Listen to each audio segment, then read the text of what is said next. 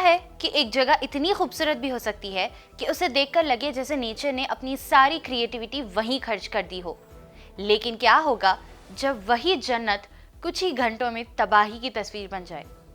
आज हम बात करने वाले हैं केरला के वायनाड की, एक ऐसी जगह जो अपने मिस्ट कवर्ड हिल्स, घने जंगलों, वाटरफॉल्स और वाइल्ड लाइफ के लिए पूरी दुनिया में मशहूर है। लेकिन वायनाड सिर्फ खूबसूरती की कहानी नहीं, बल्कि ये एक वार्निंग भी है, एक रिमाइंडर है कि जब इंसान और नेचर के बीच का बैलेंस बिगड़ता है तो उसके नतीजे कितने खतरनाक हो सकते हैं। वेस्टर्न घाट्स के बीच बसा वायनाड केरला के सबसे सीनिक डिस्ट्रिक्ट्स में से एक माना जाता है। समंदर की सतह से लगभग 700 से 2100 मीटर्स की ऊंचाई पर मौजूद ये इलाका सालों से टूरिस्ट, ट्रैकर्स और नेचर लवर्स को अपनी तरफ खींचता रहा है। यहाँ की सुबह अक्सर बादलों के साथ शुरू होती है और शाम पहाड़ों के बीच डूबते सूरज के साथ खत्म। Chembra peak, Soochipara falls, Pookode lake और बनासुरा सागर डैम जैसे लैंडमार्क्स ने वायनाड को इंडिया के टॉप इको टूरिज्म डेस्टिनेशंस में शामिल कर दिया है। लेकिन वायनाड की असली पहचान सिर्फ टूरिज्म नहीं है, ये वेस्टर्न घाट्स का एक अहम हिस्सा है। वेस्टर्न घाट्स दुनिया के सबसे इंपॉर्टेंट बायोडाइवर्सिटी हॉटस्पॉट्स में से एक माना जाता है। यहाँ हजारों स्पीशीज पाई जाती है, जिनमें से कई सिर्फ इसी रीजन में मिलती हैं। घने forests, elephants, tigers, leopards, deer और अनेक परिंदों का घर है। इसी वजह से एनवायरमेंटल एक्सपर्ट्स वायनाड को इकोलॉजिकल ट्रेजर भी कहते हैं। वक्त के साथ साथ टूरिज्म बढ़ा, रिसॉर्ट्स बने, रोड एक्सपैंड हुई, नए कंस्ट्रक्शन प्रोजेक्ट्स आए, हर साल लाखों लोग वायनाड पहुंचने लगे। टूरिज्म ने लोकल इकोनॉमी को मजबूत बनाया, होटल्स, ट्रांसपोर्ट, रेस्टोरेंट्स और लोकल बिजनेसेस को फायदा हुआ। लेकिन डेवलपमेंट के साथ कुछ ऐसे सवाल भी खड़े होने लगे जो धीरे धीरे सीरियस वार्निंग में बदलने लगे। एनवायरमेंटल एक्सपर्ट्स सालों से कह रहे थे कि वेस्टर्न घाट्स एक हाईली सेंसिटिव इकोलॉजिकल जोन है। यहाँ ज्यादा कंस्ट्रक्शन, हिल कटिंग, डिफॉरेस्टेशन और अनकंट्रोल्ड डेवलपमेंट फ्यूचर में प्रॉब्लम्स क्रिएट कर सकता है। लेकिन टूरिज्म और डेवलपमेंट की रेस में कई वार्निंग्स को उतनी अहमियत नहीं दी गई जितनी दी जानी चाहिए थी।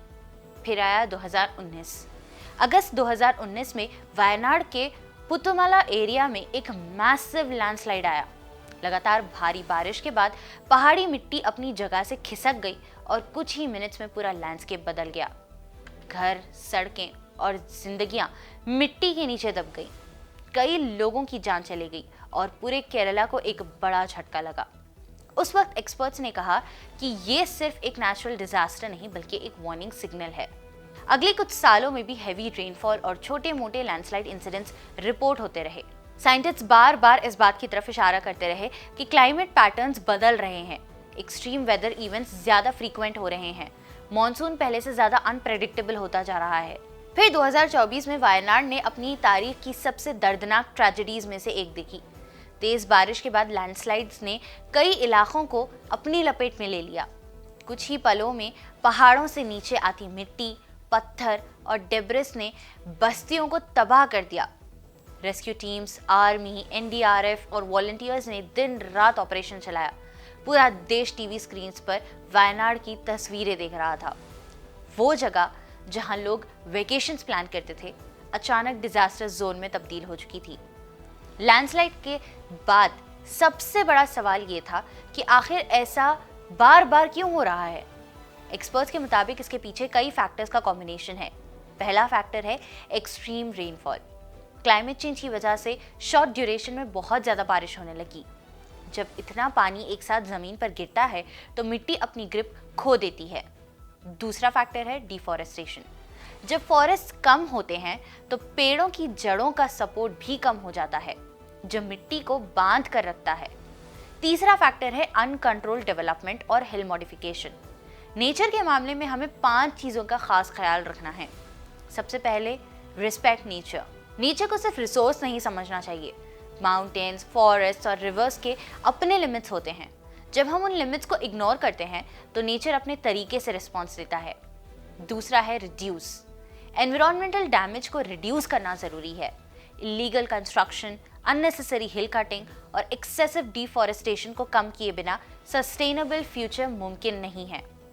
तीसरा है रिस्टोर। जहां फॉरेस्ट खत्म हो गए हैं वहां रिफॉरेस्टेशन की जरूरत है।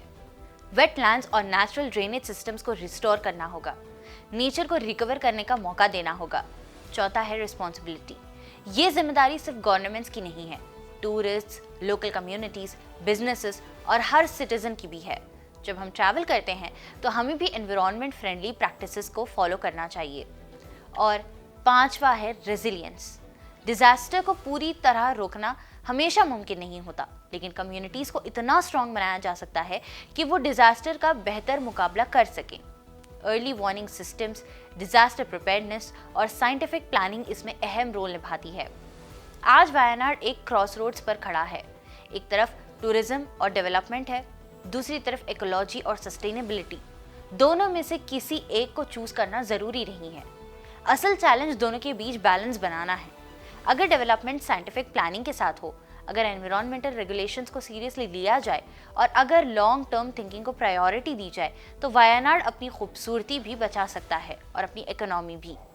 वायनाड की कहानी सिर्फ केरला की कहानी नहीं है, ये हिमालय से लेकर नॉर्थ ईस्ट और वेस्टर्न घाट्स तक हर उस रीजन की कहानी है जहां फ्रेजाइल इकोसिस्टम्स पर प्रेशर बढ़ रहता है। क्लाइमेट चेंज किसी एक सिटी या कंट्री का इश्यू नहीं रहा। आज दुनिया के हर कोने में एक्सट्रीम वेदर इवेंट्स देखने को मिल रहे हैं, कहीं फ्लड्स, कहीं ड्राउट्स और कहीं लैंडस्लाइड्स। लेकिन हर क्राइसिस के अंदर एक लेसन भी छुपा होता है। वायनाड हमें सिखाता है कि नेचर को सिर्फ पोस्ट कार्ड की तरह देखना काफ़ी नहीं, हमें उसकी प्रोटेक्शन में भी उतनी ही दिलचस्पी लेनी होगी जितनी उसकी ब्यूटी में लेते हैं। जब हम किसी वाटरफॉल के साथ फोटो खिंचवाते हैं, किसी हिल टॉप पर सनराइज देखते हैं या किसी फॉरेस्ट ट्रेल पर वॉक करते हैं, तब हमें ये भी याद रखना चाहिए कि ये लैंडस्केप्स बहुत नाजुक होते हैं। आज भी जब सुबह की धुंध वायनाड की पहाड़ियों को अपनी चादर में लपेट लेती है, जब जंगलों में परिंदों की आवाज़ें गूंजती है और जब बादल पहाड़ों के दरमियान से गुजरते हैं, तब ये जगह उतनी ही खूबसूरत लगती है जितनी पहले लगती थी। लेकिन उस खूबसूरती के पीछे एक कहानी भी है, एक कहानी जो हमें याद दिलाती है कि प्रोग्रेस और प्रिजर्वेशन को साथ लेकर चलना होगा। वायनाड सिर्फ एक डेस्टिनेशन नहीं है, ये एक लेसन है, एक वार्निंग है और सबसे बढ़कर ये एक जिम्मेदारी है। अगर हम रिस्पेक्ट, रिड्यूस, रिस्टोर, रिस्पॉन्सिबिलिटी और रेजिलियंस के साथ इन सभी फैक्टर्स को अपनी सोच का हिस्सा बना लें, तो शायद हम आने वाले नस्लों के लिए भी वायनाड को उतना ही हरा भरा, उतना ही जिंदा और उतना ही खूबसूरत छोड़ पाएंगे जितना आज हम देखते हैं। क्योंकि आखिर में सवाल सिर्फ वायनाड को बचाने का नहीं, बल्कि सवाल ये है कि क्या हम अपने और नेचर के बीच के रिश्ते को बचा पाएंगे या नहीं।